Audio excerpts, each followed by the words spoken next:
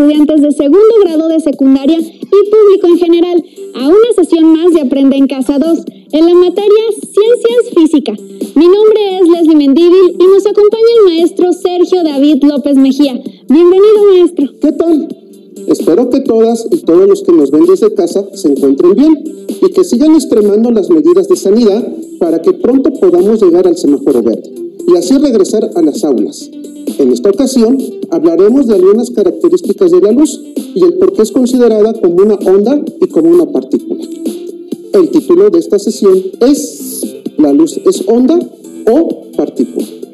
Antes de comenzar, asegúrense de tener a la mano su cuaderno y lápiz o bolígrafo para que puedan anotar las ideas principales, dudas o preguntas que puedan tener durante el desarrollo del tema. Además, no olviden su libro de texto. Este les ayudará a comprender mejor el tema y resolver sus dudas y encontrar otros experimentos. Maestro, ahora que ya estamos preparados y preparadas, ¿qué le parece si comenzamos? Me parece excelente. Alumnas y alumnos que están en casa, anoten las siguientes preguntas en su cuaderno y respóndalas. No hay respuestas correctas o incorrectas.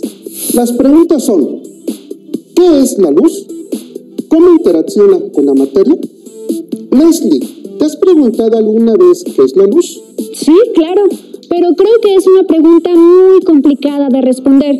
Podría decir que la luz es lo que nos permite ver las cosas y que ésta se produce, por ejemplo, en el sol.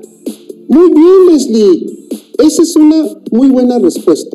La luz ha sido fuente de admiración y estímulo para la experimentación desde tiempos muy remotos. Su naturaleza ha estado sujeta a gran especulación. La humanidad siempre ha estado interesada en saber qué es la luz y por qué vemos las cosas.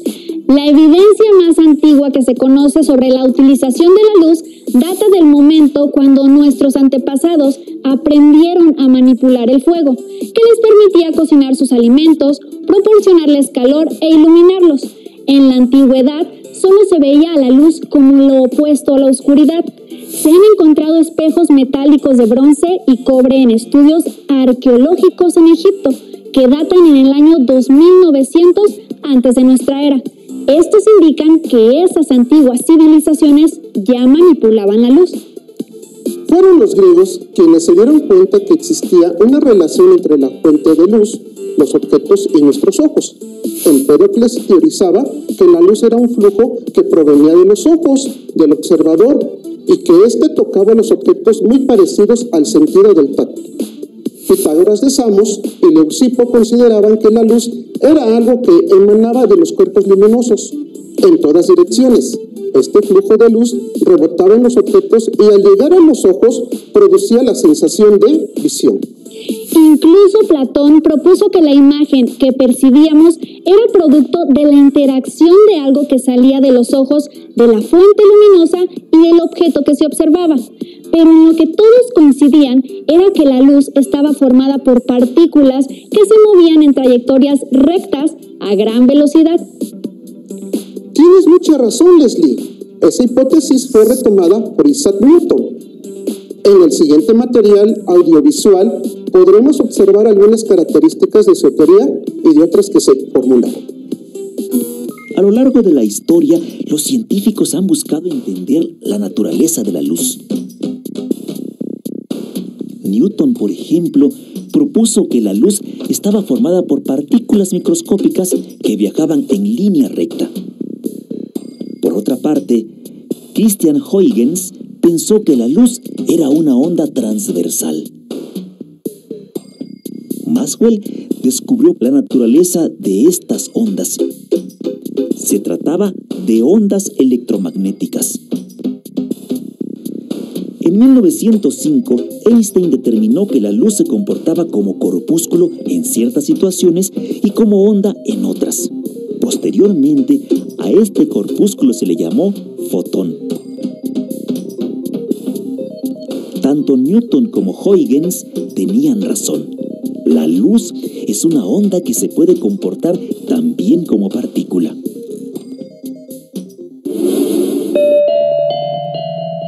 Para observar cómo se comporta la luz, hagamos la siguiente actividad. Utilizaremos cajas del mismo tamaño, elaboradas con distintos materiales: cartón,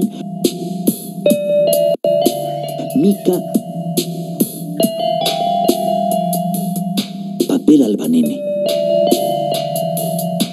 y focos de 60 watts. ¿Cómo se comportarán las paredes de la caja ante la luz que reciben? ¿Tú qué piensas? Algunos objetos dejan pasar la luz, otros tan solo un poco, y otros más impiden su paso. En la naturaleza encontramos objetos transparentes, translúcidos y opacos. Maestro, ahora veo que la luz sí es una partícula, tal y como lo decía Newton. No exactamente. Su teoría presentaba dificultades para explicar algunos fenómenos ópticos. Todos los fenómenos ópticos eran atribuidos a las interacciones mecánicas entre las partículas, tales como las atracciones, repulsiones y choques. Maestro, para que nos quede más claro, ¿nos podría explicar a qué se refiere con fenómenos ópticos? Me refiero a la reflexión, la refracción y la difracción. Para que nos quede más claro, veamos el siguiente material audiovisual. Podemos ver los objetos porque la luz se refleja en ellos y llega hasta nuestros ojos. Cuando ésta incide en una superficie con cierto ángulo, regresa con el mismo valor del ángulo que incidió, debido a la propiedad ondulatoria llamada reflexión. Cuando la luz viaja entre dos materiales de diferente densidad, se refracta, es decir, cambia de dirección y velocidad. Este fenómeno es conocido como refracción, y lo podemos observar cuando colocamos un lápiz en un vaso con agua. Pareciera que está quebrado. Esto se debe a que la luz viaja entre el aire, que es menos denso, y el agua, que es más densa. La formación del arco iris se debe a la dispersión de la luz solar. Esto es porque las gotas esféricas de agua funcionan como prismas. Un rayo de luz solar entra en la superficie de cada gota, se refracta y se separa en los diferentes colores que la componen. Cada rayo de luz de diferente color lo hace con un ángulo diferente. Los rayos chocan con la superficie interna de la gota y se reflejan. Al salir de la gota nuevamente se refractan. Todas las gotas reflejan todos los colores. Sin embargo, cada color llega a nuestros ojos desde diferentes regiones del grupo de gotas de la lluvia. Por ello, en la parte superior del arco iris vemos el rojo, seguido del naranja, el amarillo, el verde, el índigo y por último el violeta. Maestro, en el video solo explican la reflexión y la refracción. Pero, ¿qué es la difracción? La difracción es la propiedad que poseen las ondas para rodear un obstáculo cuando su propagación es interrumpida parcialmente.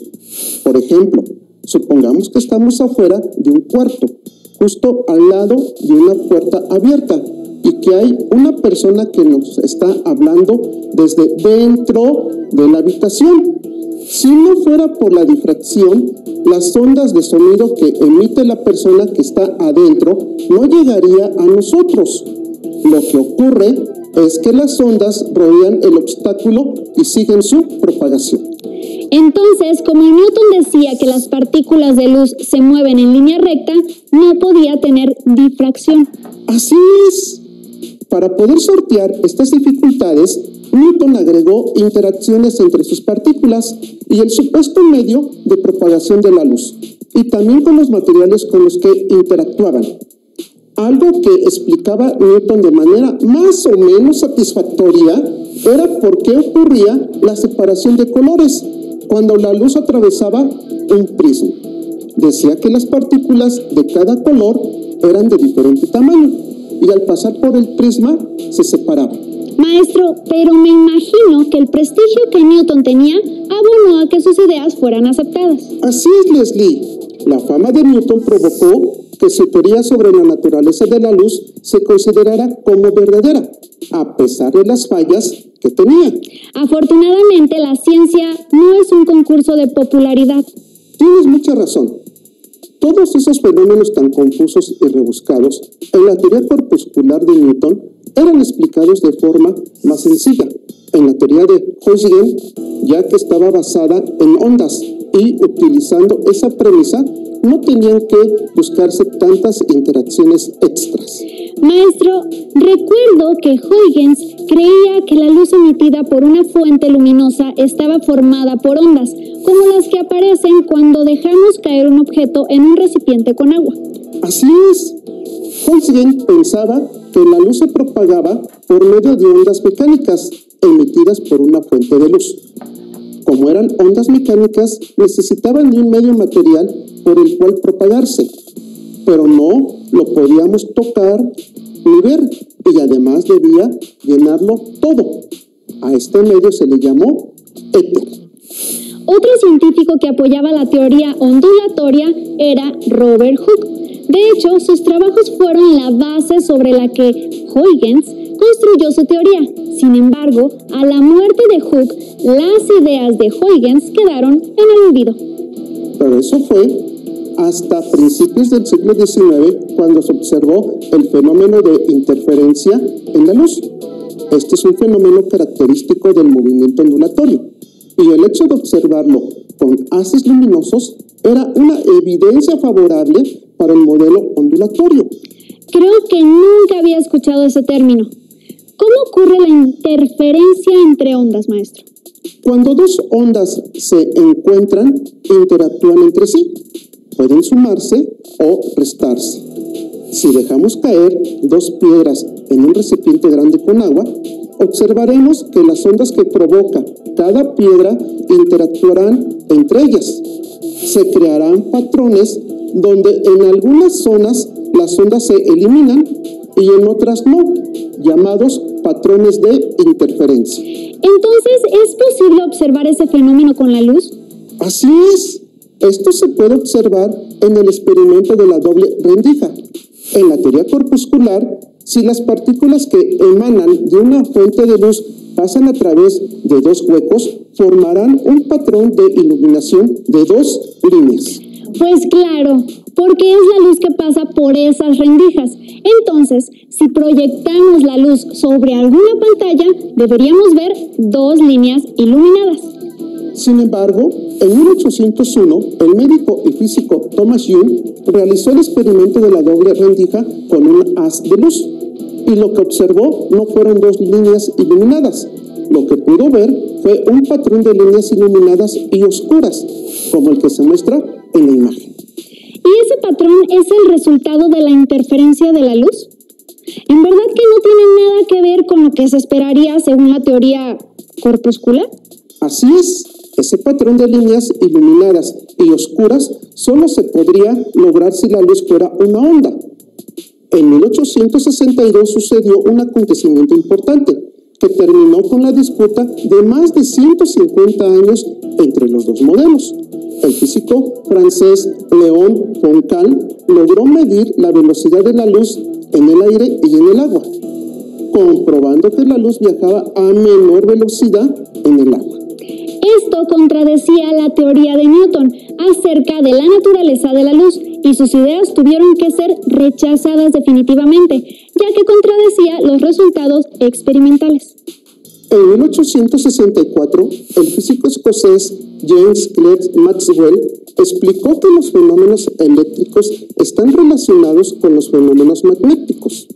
Los trabajos de Maxwell también indicaban que el éter no existía.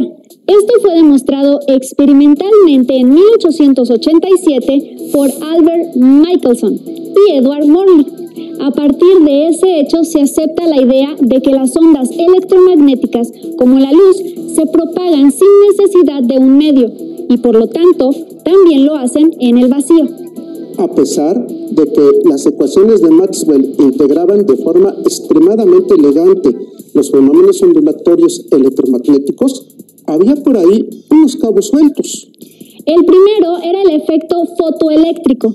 Este ocurría en algunos materiales cuando eran expuestos a un tipo específico de luz y como resultado emitían electrones. El segundo fenómeno era la emisión y absorción atómica de luz. La emisión ocurre cuando el gas es calentado. Los átomos del gas emiten luz de colores específicos, dependiendo del tipo de elemento que se observará. En la absorción, se hace pasar luz blanca por un gas y se analizan los colores que el gas deja pasar. Esos fenómenos no podían ser explicados con la teoría ondulatoria, pero por suerte se contaba con la teoría cuántica de Max Planck.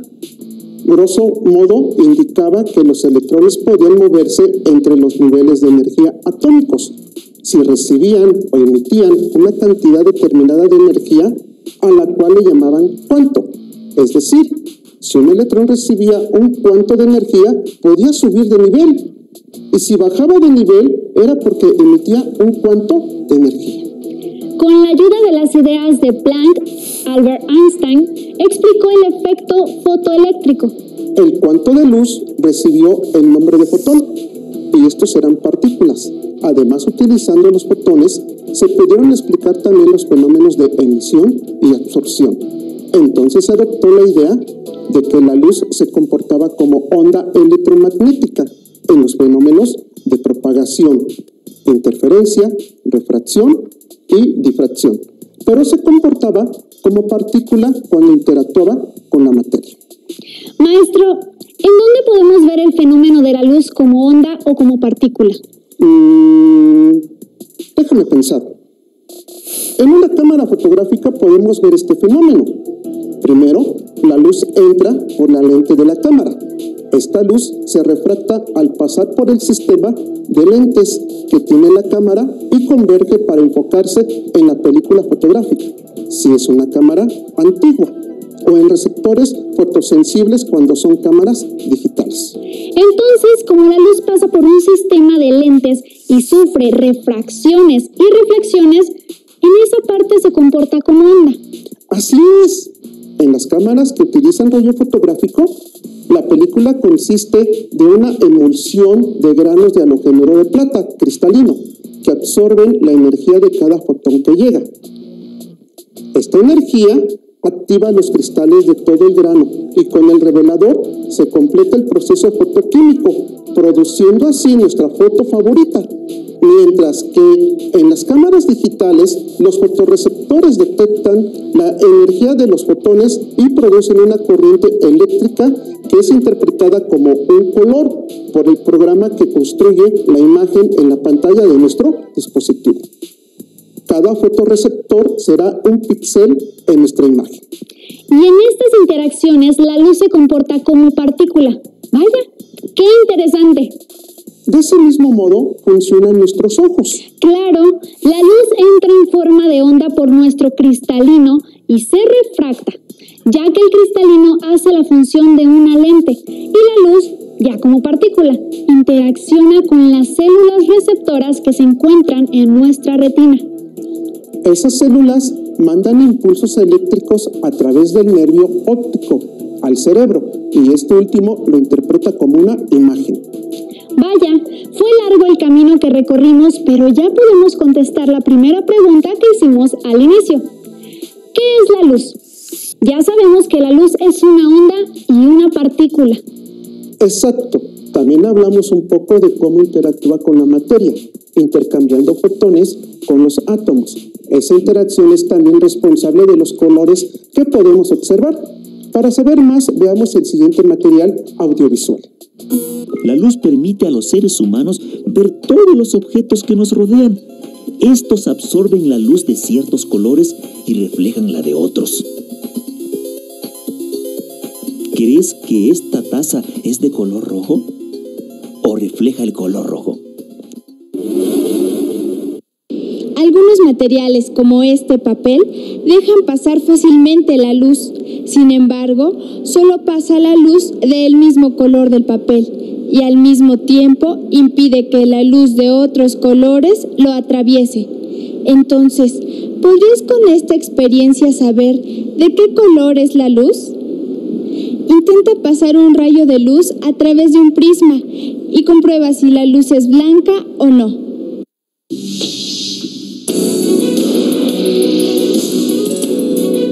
¿Sabías que algunas especies de animales no ven los colores? Algunos animales, como los perros, no pueden ver todos los colores. Su visión se limita a matices entre el blanco y el negro. En cambio, los peces y algunas aves pueden captar los colores y formas del medio que les rodea. Algunos insectos tienen un registro diferente. Pueden detectar luz ultravioleta. Por ejemplo, una flor que para el ser humano es blanca, para ellos es azul verdosa. Ciertos movimientos de los electrones en el átomo producen la emisión de luz. Cuando un electrón en un átomo pasa de un nivel energético a otro menor, se produce la emisión de un fotón. Entonces, cuando percibimos que algo es de un color determinado, es porque sus átomos absorbieron la luz de todos los colores, pero solo emitieron el del color que vemos. Exactamente, lo explicaste muy bien. ¿Y qué pasa con las cosas que son de color blanco o negro? ¿Qué tipo de luz están absorbiendo y cuál emitiendo? Los objetos de color negro absorben toda la energía, pero no la dejan salir. Por eso no se ve ningún color. Por otro lado, las cosas de color blanco emiten todos los colores de luz.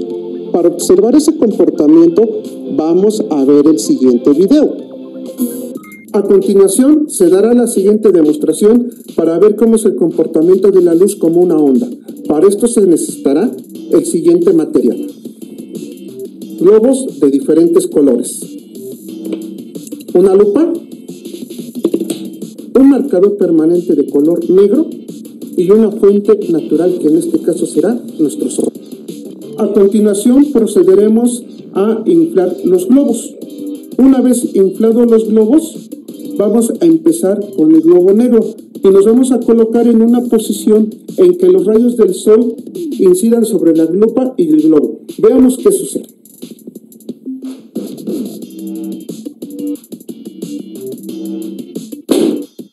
Si se dieron cuenta, el globo negro no tardó en reventar. Veamos ahora qué sucede con los demás globos. Y vamos a volver a hacer lo mismo que en el globo anterior. Nos colocamos de la siguiente manera.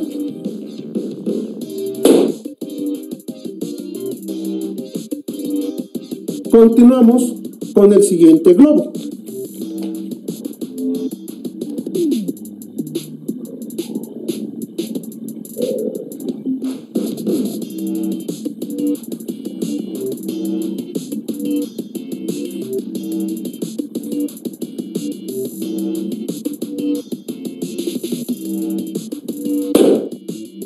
Como nos dimos cuenta, este globo tardó un poco más en reventar. Veamos qué pasa con los siguientes globos. Continuamos con el rojo.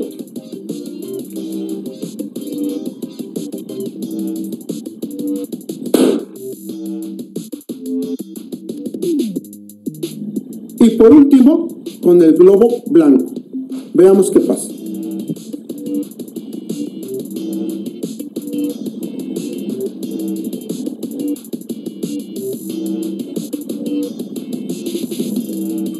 Si se dan cuenta, aquí el globo blanco tarda más tiempo en reventar.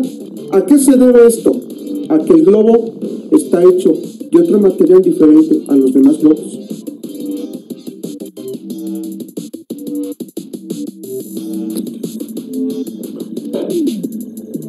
Vean, aquí colocamos un punto a un tamaño considerable y nos colocamos en la misma posición que en los demás globos y veamos ahora qué sucede.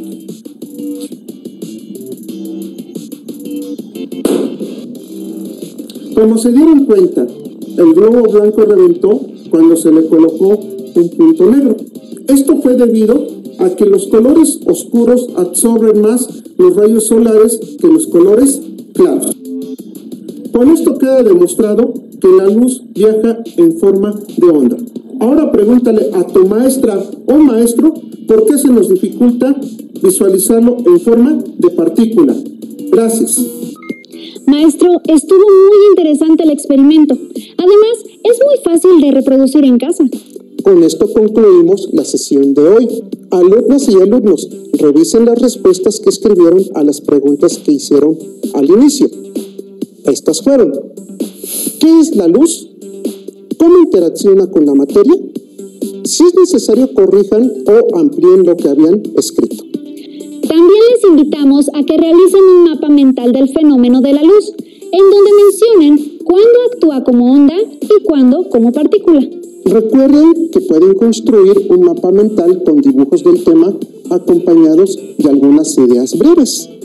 No olviden compartir lo que aprendieron en esta ocasión con su familia. Agradecemos al maestro Sergio David López Mejía que nos haya acompañado. Y a todas y todos los que nos ven desde casa, les invitamos a encontrarnos en la siguiente sesión. ¡Hasta la próxima!